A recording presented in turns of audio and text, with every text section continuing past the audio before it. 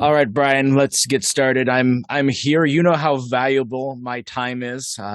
I should be charging you a couple $1,000 per hour that we do, but I'm here ready to go, so don't waste any more of my time. Jar now.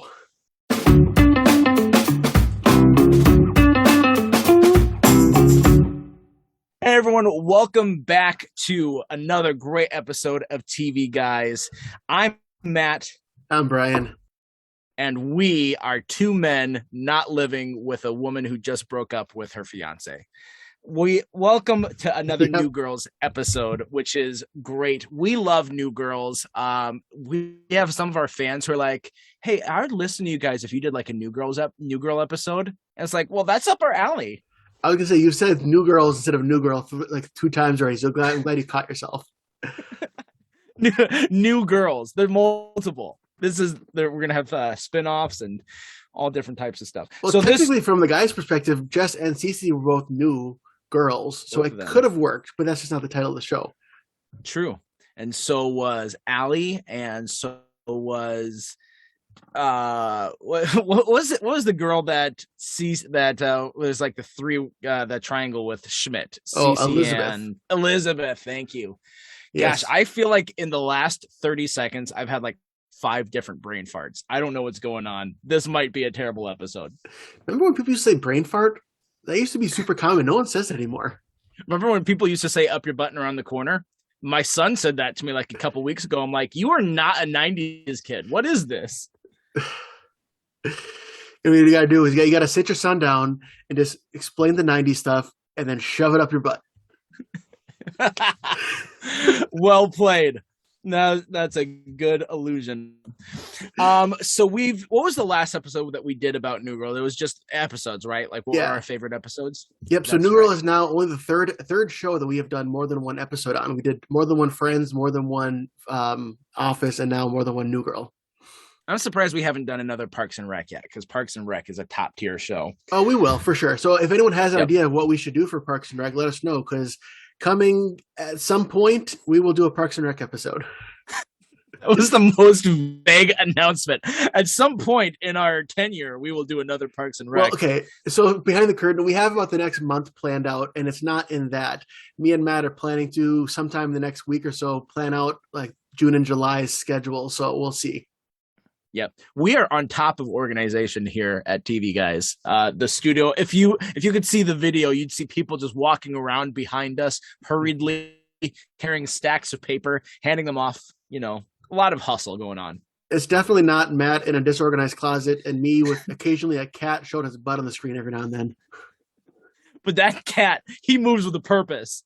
Yes. So, well, today's episode, if you saw the title or the intro or description below, you know that we are talking about what are our top New Girl seasons. With comedies, there is a lot that depends on the quality of the writing for each individual season. You see huge disparages between seasons for different shows. I don't feel like New Girl ever really bumped into that where it had a bad season or it had a season like this is hard to watch because I loved the other ones, but this is just one I have to get through. So at least we have that going for us as we talk about what are our top seasons of New Girl. Yeah, and you see that, like for instance, it's both Community and Gilmore Girls have a season without like the main creator of the show at the helm, and both of those seasons in those shows are considered to be the worst by the fans. Yeah, even other shows that like I Lost jumps to mind. J.J. Abrams, he wasn't huge into like the day-to-day of Lost, but he really was like a big showrunner, and he had the huge push for like, let's map out the broad strokes of Lost, and then he handed that off to Damon Lindelof and Carlton Cuse, or you figure out how we get to that sort of thing. So we've got we've got our top three. There are 7 seasons of New Girl. Let's jump into what are our top 3 seasons. And Brian, why don't you go ahead and start first with what's your third best? My third best is season 5. Okay, that was my number 4. I actually ranked all of them, so that's my So did I. best. So I wasn't sure look at that. I didn't know we were doing only top 3, so I just jumped it. Season 5. What's great about season 5? Well, for one thing, it's they're in their stride at this point. They've had a few seasons under their belt. They've found what works. They've fleshed out the characters, and they were even able to make a good season despite losing their lead for a little while in the season. Because this is the season that did not have Zooey Deschanel for a while. They had Megan Fox came in as the character Reagan because Zooey Deschanel went off and had a baby because she thinks that she can do that. Yeah, how dare she? Is her kid with the Property Brothers guy, or does she start dating him more recently? I'm not sure. That's a good question for Angie, because she'll watch Property Brothers and then she'll bring that up multiple times. She's like, "Oh, he's with Zooey Deschanel." I'm like, "All right, that's great." So yeah, I don't know if that's who she had her kid with at this point. But also, I believe, you correct me if I'm wrong, was this the introduction to Allie with Winston? No, that is actually in season 4. Okay, but I believe it might be the first where they actually come into being a couple. That Allie was introduced as a character in season 4. Yeah, but I think this is where their relationship really took stride, and that relationship was a big part of why I picked this in season 3. I believe season 5 was when they got engaged and all that. Was that season 5 or was that season 6? I should have done more research on this. I wrote out a lot for my top 3, so I didn't write this out, but I can look it up while you're talking about stuff. Okay. Well, because it's just they fit together so well, because she balances out his crazy, and that she's like the normal, stable one. She's the one who can be kind of like the Ben Wyatt in Pawnee and be like, what are you all talking about? But not in a judgmental way. Like, she's still fully in the relationship and still loves him, while still is like able to kind of be the audience surrogate and call him out for being ridiculous. True. And then there are times when she will, like, of course, side with him and side with his craziness, where it's like his I fell asleep in the tub story. Angie and I quote that all the time, but it's so hilarious because his I fell asleep in the tub story, if you don't remember, is that. He was taking a bath once and he fell asleep in the tub. That's the extent of the story. And it just cracks Allie up. And Winston thinks that it is a funnier story than it is. Yep. That is a great example of how, like, you need moments like that, otherwise she would seem too judgy being that straight man. Did you ever look up, was that the episode they got engaged in? We just looked it up, and that's season 5 is not when Allie and Winston got engaged. But I have to bring up that proposal, which is just one of the funniest moments, because it's like I'm trying to remember, it's in a bathroom and he's dressed in like a full cat costume. Oh and for some reason, like, something goes in his eyes. So then Jess has to read out his proposal. And then at one point, Jess is like reading Winston's words, saying like, well, and now I will read in detail our first sexual encounter. Oh, I'm not going to do that. And they're like, yeah, please don't. It's just like that little detail thrown into the proposal is such a Winston thing. I know it's not season 5, but I still think season 5, and I'm only talking about Winston because I didn't really look up what Schmidt or Nick or Jess were doing at this point, but I just think season 5 is really at the height of their clarity. Yeah, like I said, I would have it more closely ranked to my number 3 that I have if it wasn't for the fact that it's not that Megan Fox was bad. It's not that her character was bad.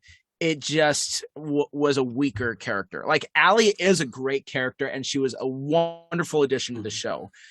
Reagan, Megan Fox's character, didn't add a whole lot. She gave Nick a little bit more for him to deal with, and she had some funny lines, but she just wasn't like anything that blew me away. And yet I will like give credit, because as you said, Zooey Deschanel, she steps away for a period of time. And if you look at this show, like you have a number of leads in this show, and I think Cece could have stepped away too. And I think we could have had time without Cece, but we had time without Winston. We had time. Well, I mean, I guess we only had one episode without Winston, I suppose. But Winston's character in season 1 and half of season 2 was nowhere near the character we have now. No. But we could have done it without Coach, because he wasn't on for a lot of it. We had a period of time without her. We could have done without Cece. But you can't have this show without Nick and Schmidt. I think those are the two that if they were gone, you would really feel the difference without them. Yeah. And ironically, they're the only two that are not on the New Girl podcast. Everyone else. So that's why you feel the difference with Yeah. the New Girl podcast. You can feel it. They've But- had Jake Johnson, they've had Nick on for an episode so far. They haven't had Schmidt on yet. Man, I love Jake Johnson. I will watch him in anything. He's great. All right. So my number 3, similar reasoning as you, where it's like they've had a couple seasons under their belt, but that is season 3. This That's my started number off 2. with a So, yep, so really pretty close there. perfect. So this started off with a really strong season premiere where they have to go to Mexico to find Nick and Jess. And there's a lot of hilarity that happens in that episode between like bribing everyone at the hotel that just keeps going to all these different people. The whole question about like how it comes out that Winston is colorblind and then he's wearing brown shoes is like, wait, Winston, what color do you think you are? Mhm. And he's just like, what? Yeah, Kermit the Frog. He's a brown frog. That's a New Girl reference, not a Muppet reference. And then that's right, Paul. And then like He's the not whole, listening to this one. the whole Nick like trying to go into the ocean, like I'm in international waters, so he doesn't get arrested. That episode is hilarious. The other episode that is like a top tier episode for New Girl, and I talked about this in what are our top episodes, was Menzies. That was the first episode where we met Tran. That was the episode that we really got to see like Nick's rage on full force. Like they really highlight his rage in some episodes, and this was really all about like him being super upset and like how Tran helped to calm him down. And you kind of juxtapose that with Jess, who's going through PMS right then, and like that's stopping her from getting a job. And then Winston starts thinking he has a male version of it and is getting like a sympathy PMS, and it just makes her madder. It's a great episode. Those two in and of itself are enough to shoot this to the top, but this season really helped to develop Winston, because like as I said, season 1 very different character, so they start to find their footing in season 2, and you really see the best of Winston like setting the stage for seasons to come in the season finale when he like is playing the prank at the wedding and like does the Cotton Eye Joe. It has a great season finale too. No wait, that's season 2, I'm sorry. Season 3 also had the Thanksgiving in the Woods, and it had the episode with Prince, both great episodes as well. Correct. I was getting ahead of myself. Well, I gave away something else. I'm sorry. Let me rewind. This one doesn't have Menzies. This doesn't have Menzies. That has that's in season 2. This one has, like I said, that great premiere. Schmidt, his arc right away in the first couple episodes is balancing Cece and Elizabeth. I actually think that works for his character, because this is also the season. If you look at season 1 and 2, all of the characters are very young adult in season 1 and 2, and season 3 is the one where they really start turning into like more functioning members of society. You see them have their crap together in the later seasons. They all are like really doing things for career wise. They're settling down. Cece and Schmidt are buying a house. They're having kids, all that sort of stuff. They're all finding more and more purpose in the later seasons. But season 3 is kind of that adolescent transition period for all of their characters as they grow into that.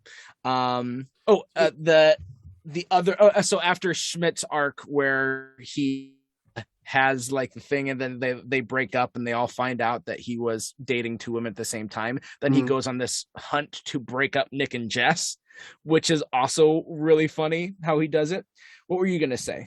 I think season 3, I believe also, well, 2 things. It's the introduction of Ferguson, the cat. Yes. And it's also when Cece starts working for Nick at the bar, which sometimes you'll see that in sitcoms. Another Parks and Rec reference is when one character is like removed from everybody else. Like in Parks and Rec, they all worked at the Parks Department, and then there was Anne, who was a nurse, and eventually had Anne come and work in the health department in the main building, so they wouldn't have to like, she is having lunch here again. And same with Cece. She doesn't live in the loft. And yeah, she's Jess's best friend, and she dates Schmidt on and off at different times throughout the show. But that kind of gives another setting where they could naturally have her there, because she is kind of the ousted character who's not in the setting all the time. Yes, absolutely. And the stuff that happens at the bar is hilarious. The other Mike, the bartender with her, how he just Yeah. doesn't put up with any of her crap. And like part of it is like, he's gay, so her being hot has nothing to do with any, like, it doesn't factor into how he views her. So he's able to just like call her for her crap. And like he every line of his is just drenched with this sarcasm that's hilarious. Mhm. And I will actually quote like him a lot of times when I want to display amazement sarcastically. I'll use Yeah. a phrase, "Oh, bless my stars and garters." Well, that was played. That Mike, the bartender, was played by Ben Falcone. Do you know who Ben Falcone is married to? Melissa McCarthy. Yes, I was going to say if you don't, then that could be trivia. Really? Yes, I did it. I Yes. got it. And I only guessed that because they're in Bridesmaids together and Mhm. relationship makes sense to me. Yep. So, He also makes a cameo in Gilmore Girls too. oh, does he? Have I gotten When there? I'm almost at the end of season 6. Yeah, you've passed it. It's when Fran dies and he's one of the pallbearers. Ah, yes. Yep. I remember that. Yep. I did catch it then. I saw today. So I'm sorry if you guys don't like Gilmore Girls. I apologize, but I don't. you might not know this. So I was watching Gilmore Girls today, and one of the episodes was when Rory was on this panel for all these different kids who are college students who works at newspapers. And so one of the guys on the panel is this like know-it-all type person, and that is played by Leslie Odom Jr., who plays Aaron Burr in Hamilton. So I was like, it's Aaron Burr, sir. I was really excited about it.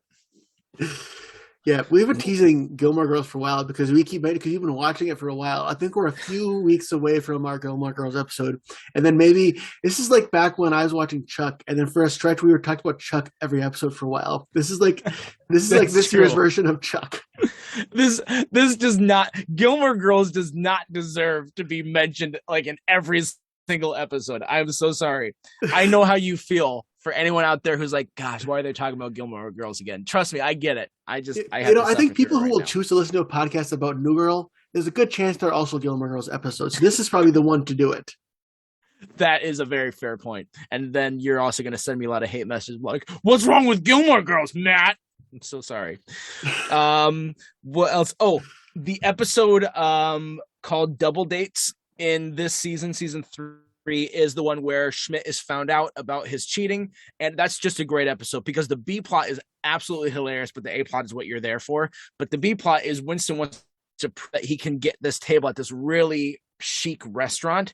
So he shows up and then like realizes no, he can't get this reservation because the reservations are booked like weeks in advance. And so in order to get this table for him, he goes and sits at the communal food table, and he starts like saving these seats one by one to take over this table. But in order to keep that table, he has to like come up with all these different stories of that is like, no, someone's here and they're just in the bathroom right now, or they're on a phone call, or they're taking a smoke break, or stuff like that.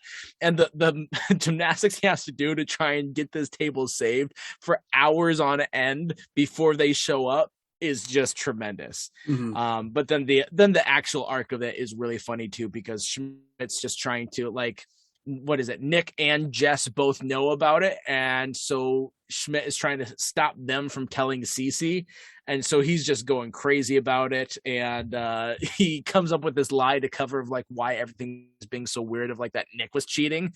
And so once they finally arrive at the restaurant and Cece gets out, she just walks up and immediately like punches Nick in the crotch, and before anyone can say anything, and he's just like, what was that for? So confused why he deserved that at all. Great episode. That was a good episode. I will say this season was weakened a little bit by the Linda Carolini arc, when Jess's sister comes into town and then she starts to date Schmidt towards the end of the season, and she kind of manipulates him, and just he's not emotionally prepared for how to deal with her. I didn't like that arc so much. I was annoyed at her. Not Jess, at the sister, and I can't remember what the character's name is, but Abby, thank you. That's right. So I was annoyed about that. Wasn't my my favorite New Girl thing, so that's probably why it gets bumped down to number 3. But everything else in the season is great. Season 3, also one quick thing, also had the school dance episode where they're all chaperones at the school dance, and it somehow like it ends with like the guys are racing kids in like shopping carts in the parking lot to really just prove that none of these guys are mature. Correct. That is a fact. But yeah, it's a great bridge season though, because like Cece's are, like you said about her being at the bartending, that's a great like signifier of how she grows up, because she was modeling and then she's like, I need something else. And so in the meantime, she has to bartend while she's trying to figure out her life. And then Winston also starts, I think this is the season that he starts to pursue going into policing, but he has a really hard time with it. So like both of them, their careers are not where they want it to be, but in their time in season 3, it leads them to what they want to do with the rest of their life, which is just a great arc for both of them. Yeah. So that was my number 2. So Matt, you still have your number 2, right? Yep. All right. So I guess I'll hit it. So season 2 is my number 2. Okay. We have nope, but that was my number 4. So that means if we don't have the same number 1, I will be shocked. So let's go into season 2. I would too. Yeah, I would be shocked as well. So this is the one that has Menzies. This is the one that ends on the best finale that I really love this season's finale, because like I said, that was the one where Winston comes into his own. He's playing Cotton Eye Joe, sabotaging this wedding, trying to get it to go wrong. And like, just when Jess comes in to try and stop him, and he's like, it can't be stopped. Like just the craziness in his eyes as he's telling her that. So funny. It's also got the great, I mean, it's a little line, but the great, you gave me cookie, gave you cookie. You gave me cookie, got your cookie. That whole thing. I love the like the flashback thing where like they're talking about how much Nick loves Cotton Eye Joe. Then it does like this flashback to him jamming to it in his car, and Jess is sitting there and she's like, is this what you wanted to show me? I love that cutaway. It's my favorite cutaway that this show does. That's how you do a cutaway, Family Guy. That's it. Yeah. Way to suck. It also introduces a lot of great supporting characters that could have been one-offs, but came back, like Jess's parents and Rob Riggle as the other Schmidt. Could have easily just been one-offs, but they both came back and were fantastic supporting characters, especially all Rob. Day! Yeah. How long can you do this? All day. How is that helping? I just still can't believe that Rob Riggle was actually like a military guy for a while. Oh, really? I can see it. Yeah. He's built pretty well. Yeah. They talked about it on the Office Ladies podcast when they were talking about the Booze Cruise episode, which he was also in. Season 2 is also the like the Ross and Rachel type season, and that's for both Nick and Jess and Cece and Schmidt. They really tease you a lot with both of those relationships. Mm-hmm. And so it's why, like, you know, when Schmidt, like, they had to have one of the relationships get sabotaged early in season 3 because like, oh, we can't put both of them together right away at the same season finale. It can't end with both of them being together, but it did. And so they're like, well, we're going to give Schmidt and Cece a rockiness for the next couple episodes and then transfers on to Nick and Jess. And also season 2 also gave us Nelson Franklin as Robbie, one of the best supporting characters, I think. Robbie pulled great. Yeah. Robbie pulled a Frasier because Robbie was kind of the same trajectory as Frasier without the spinoff, whereas he was brought in as like a detour, kind of like a Karen to Jim or a Roy to Pam, where he's like, you know that Cece's not going to be dating this guy forever, but he ends up, even after they break up, he pops in all the time afterwards, and he becomes like almost a member of the gang. Not really, but I think he comes closer than anybody else to being a full member of the gang if you don't count significant others like Allie. Yeah, I liked Robbie a lot. Like, I feel like that's how you do a potential love interest. I mean, like, Reagan is another one that, like, they did. Like I said, I know I hated on her earlier. They did well enough with her because I guess I didn't even like Megan Fox as an actress. I'm like, oh, Megan Fox coming in, but I still, you know, I tolerated her arc stuff. But Robbie is a lot of fun. What I didn't like was like Sam. I didn't like. And Jess was with Sam, and she was with him a little bit in season, I think it was season 5. Yeah, he came back once. Yeah. Yeah, because that was the one with him having a restraining order against her, and like all of that I felt like was a mess. And I think season 2 is when we first got Sam as well. So I thought like that was like the worst way that you could do it. They had a lot, like Justin Long's character. I thought that was a great boyfriend for Jess. That fit really well. Even her weird on and on. It wasn't even romantic, but like her stuff with Bear Claw, I thought that he's a fun character in moderation. So I felt like they missed the boat with Sam, but they had a lot of worth in Robbie of having him date both Cece and Jess at different points in the show. Yeah. All right. So now our mutual number one got to be season 4, right? It is. I feel like season 4 is very easily undisputed the best season of New Girl. Yeah. What do you like about season 4? Well, for one thing, Coach comes back and he's part of the gang for the whole season. And I don't know if Coach would have worked to be there the whole 7 years because he was a bit much. But that season it worked really well. It had some of the best episodes. It had the background check episode. It's got the spider hunt episode, which was both on one was on each of our lists for the best episodes last time. Yes. I think 2 of the strongest background check episodes. was my number 1, period. I love background check. Yeah, and actually it would have been on my list if I had watched it more recently before we did that episode. But also Spider Hunt too, just for that Nick and Jess misunderstanding about Cece and the popcorn machine. You mentioned Coach, and so Coach was in season 3. They had brought him back in season 3. He wasn't on the cast as a season regular in season 3.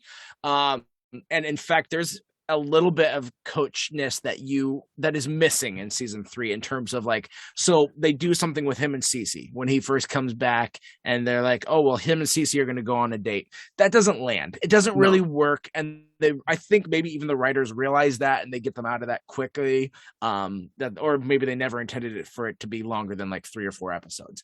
Yeah. So they're like, all right, we're not going to do anything else with this, thankfully. Another thing that didn't work, I felt like, was Jess's overabundance to try and connect with Coach, where he was a little bit more removed at the beginning. Like there's an episode where, he loves basketball. And so she's like, well, in order to spend time with him, I'm going to like basketball too. And then they end up rooting for the rival of the Bulls, Detroit Pistons. And so it's Nick's favorite team is the Bulls. And so he's like, you're rooting for the enemy. It's terrible. And so they have a huge fight about that, which that part is funnier than like the whole standoffish nature of Coach.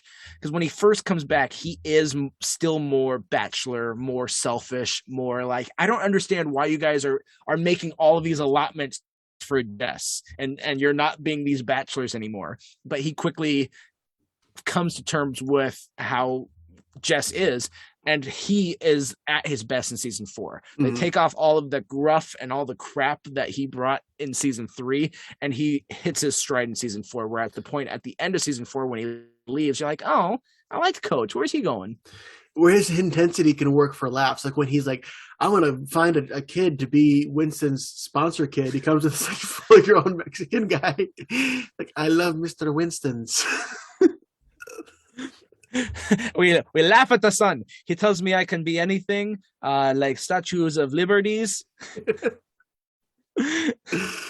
Or when this was in season 3, but still with Coach, when he is being a chaperone at the dance and he's shooting it super serious, like, we will not let anything happen on our watch, or whatever he says, and he gets super intense about it. And by the end, he's just as bad as Nick and Schmidt. The other thing about season 4 is that it was the introduction of 2 great characters, one more than the other. I really liked the Ryan Gosling. I liked that love interest for Jess. I thought everything about that worked really well. I thought like the way they introduced him to, and like her having a crush on him right after she sets that whole boundary of like, no, don't be dating if you're on staff at this school. You guys can't be in, all that sort of stuff. And then for her suddenly to be tempted with Ryan, and then just the how they did all of that. Like he was a really good foil for her. So I really enjoyed Ryan. And then I also, of course, we already talked about her, loved Allie. They did introduce Allie in season 4. Yeah. Great character to bring in. So those are 2 great additions. Anything else from season 4? I got one other thing if you don't. The only other thing is they have the Bangs Giving episode, which was really funny because I just love that Nick was like, "Yeah, I don't really need to. I picked my own name, so I brought Tran." I love I love Tran. Tran is such a great character. Like you talked about Robbie being one of the best side characters. I feel like Tran is that one that it's like he is that close to being a part of the group. I don't so there's this idea about absurd comedy where it's like Mm, let's just do something that is off the wall and crazy and the sheer shock value of what we do is going to make people laugh. And yeah. to me that's Tran. That is like someone came up with this idea and everyone's like, well, that's a weird idea for a character, but let's put it in and see what happens. And it hits my funny bone. It Mhm. hits me the exact way that a joke should. And so I love the insanity of it versus Yeah. and Jake Johnson plays off of Mhm. Tran so well. Like just him laughing at jokes that Tran never makes, Mhm. or like, you dirty dog, those sorts of things. I Mhm. just love how Jake does it. It's great character. I love that because you can fit in. It's not like inappropriate jokes, but you can act like they just said something super inappropriate and just have the Yeah. reaction to it. Which I recently found out. So we recorded this the day after Star Wars Day. Mhm. I some of you are big Star Wars fans. You can correct me if it's wrong, but I believe that originally they were going to actually have R2D2 be have an audible voice, and a lot of his stuff was going to be like really inappropriate. And they kept in C3PO's reactions to what he was saying without actually leaving in what he was saying a few times. that that feels incorrect. I'm not gonna say it is. It doesn't feel right for the time, for like Yeah. the 70s. I would need to see a source on that to fully believe that. All right. But I trust you. I You just don't shouldn't. I just don't trust that. When it So comes to Star Wars, I'm not the guru of knowledge that I am in other subjects. So don't necessarily trust me on Star Wars knowledge. what I do know is that Anthony Daniels was terrible to the actor that was inside R2D2. I can't remember what his name was, Kenny but there Baker. was Kenny Baker. Thank you. That he was just like a jerk about it and treated him like a second class person. And it really made my respect for Anthony Daniels just plummet for him to act that terrible. He had his own douchebag jar and it like filled up every single day. So Hmm. that last sentence is wrong. But this season 4 also has Schmidt proposing and great moment, great development because it's one of those that it almost comes out of the blue. Like we had the setup in season 2 for their relationship. He messes it up in season 3. He goes through a lot throughout season 3. He goes through a lot in season 4, and then when he proposes, it's not like they've been together for a little bit. It's like I can't remember the exact details, but I remember it was you thought he was going to do something else, and instead is like, no, actually, I'm going to propose. And it worked really well. I love the relationship. I think those are two great characters. Those are those characters that's just like, oh my gosh, how did they have a relationship? But it works really well. Hmm. I think So that's all I had for season 4. me too. So my order went season 4 is number 1, then 2, then 3, and then it did season 5 and 6. And the bottom of the barrel are the bookends. Is season 1, and the worst season to me is season 7. Not I that think they're so. bad; they're just not my top. Season 7, same reason that Parks and Rec season 7. I don't love doing the time jump at the end. I didn't mind it in Parks and Rec. I felt like it didn't work as well in New Girl. No. And season 1, it's rare that season 1 will be my favorite season of any show because it's just so much. It's got an uphill battle because you don't have anything established. You have Yeah, nothing to work off of from previous seasons. You don't know the characters yet. You have to introduce everything. There are some really good episodes in season 1, and you pick yeah, any great show, there's going to be great episodes in the first season. But it's almost like a stepping stone, which is what frustrates me with shows nowadays. They don't hardly let them get past season 1 anymore. It's like how many yeah. examples? Season 1 is not the best season. Give them a chance to breathe, will you? Yep. And it's actually why, like we talked that last week or 2 weeks ago about Netflix and how they're not doing well.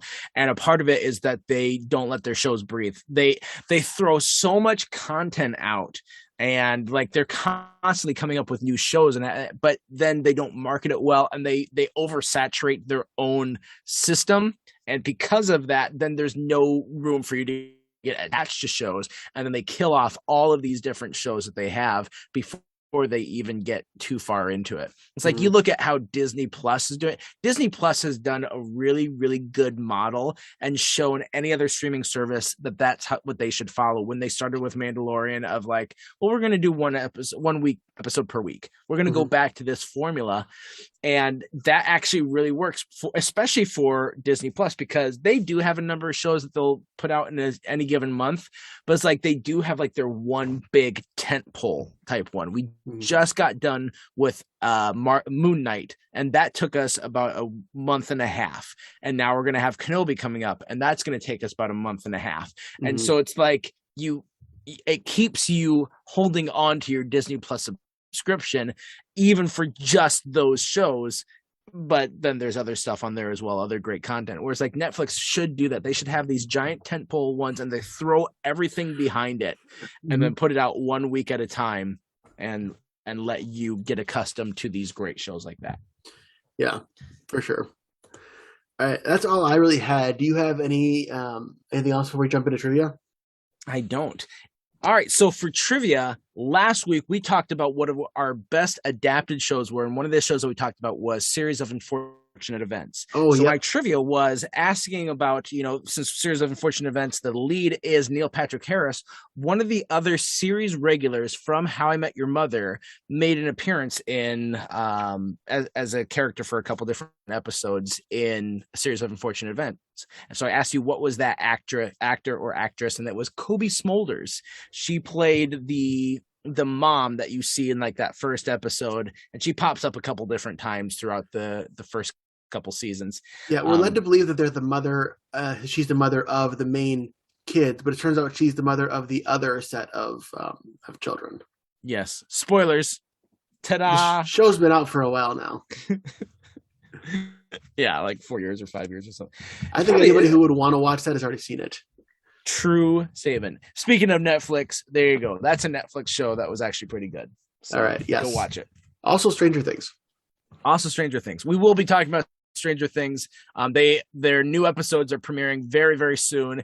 They're doing like what Breaking Bad did in their final season, where they split them up, and I think that's partly for what I was just saying about what Disney Plus needs to do. Yeah. They're like, well, let's keep our viewers coming, so we'll give you half the episodes on like May 27th or whatever it's going to be, and the other half in like July or August. So you can't just get a trial membership and binge it all and then delete it. Exactly. Yeah. Sorry.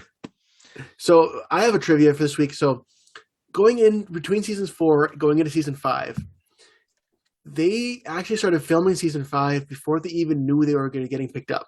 So there was a chance that these episodes they were filming for the beginning of season 5 would have just been for nothing and would have just been thrown out if they had not gotten picked up. So the question is, why did they take that risk and start filming season 5 before they even knew they got a season 5? Oh, I actually know why now. So yeah, I didn't when he first ran this idea by me before the episode, but I'm like, oh, now I know. Yeah. I mean, we both talked about how season 4 was the best season. So, I mean, true. I don't think they were expecting, I don't think it was a huge gamble. It's not like Community which is on its final legs every season. Yeah. Man, Community, the little show that could.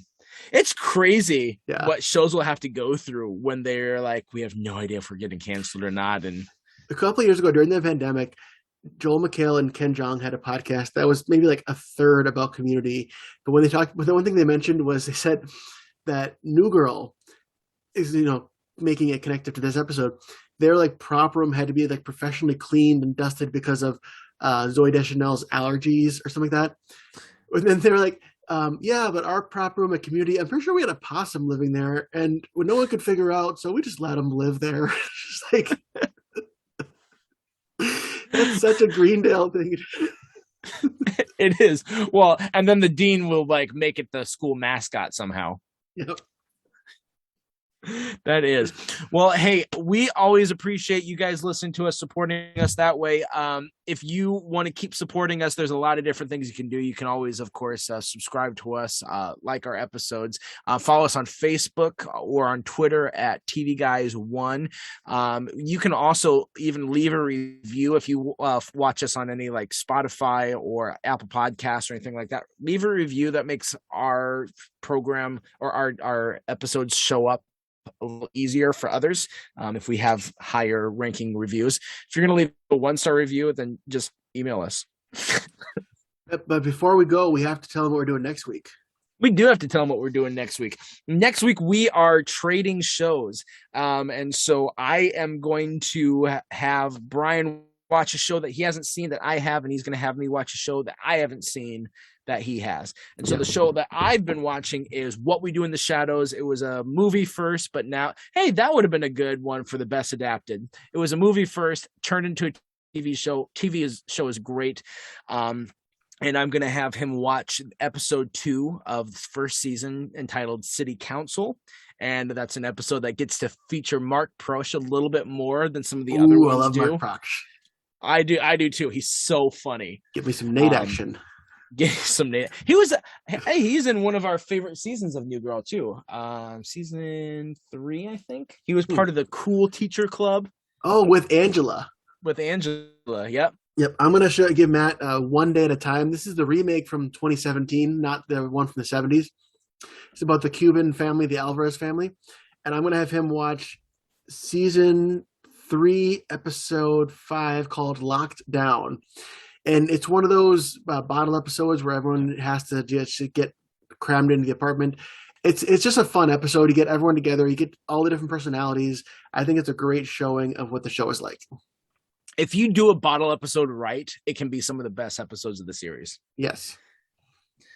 All right. Well, hey, and then also this week, it's my birthday week. So I don't like to toot my own horn. I do love to toot my own horn, which is why I'm bringing it up. If you want to wish me a happy birthday, feel free. If you want to wish Brian a happy birthday, you're about a month too late. His was back in April 30th.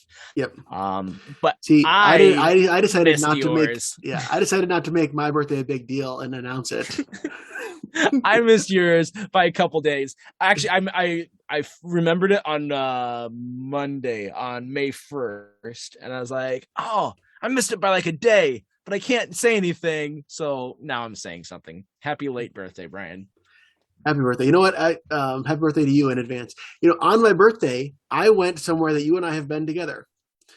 I took my son to Grand Slam in Burnsville, where we once had a youth event there. Oh my gosh, yes.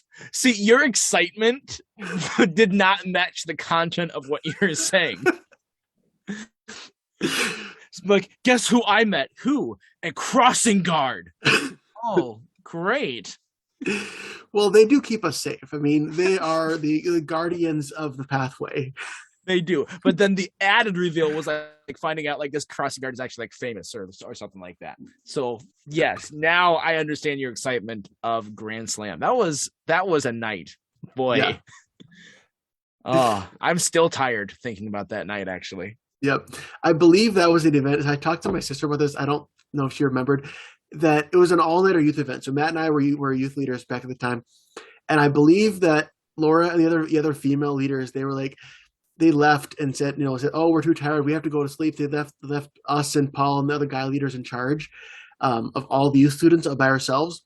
But then it turns out they just went back and hung out, just like the three of them, alone all night anyway. So they left the bailed on the all-nighter to stay up all night and not have any responsibilities with youth. Man, what a bunch of losers. Now you can comment. You can tell you were listening to this and you can fight. You can hit us back for that. I don't think anybody who was there that night is going to be listening to this episode. I don't think we have any New Girl episodes from that crowd. Oh, that's sad. Well, New Girl fans, I should say. Then you call me like, hey, Matt and Brian called you losers. Well, Matt called you losers. Brian didn't disagree. Yeah. There you go.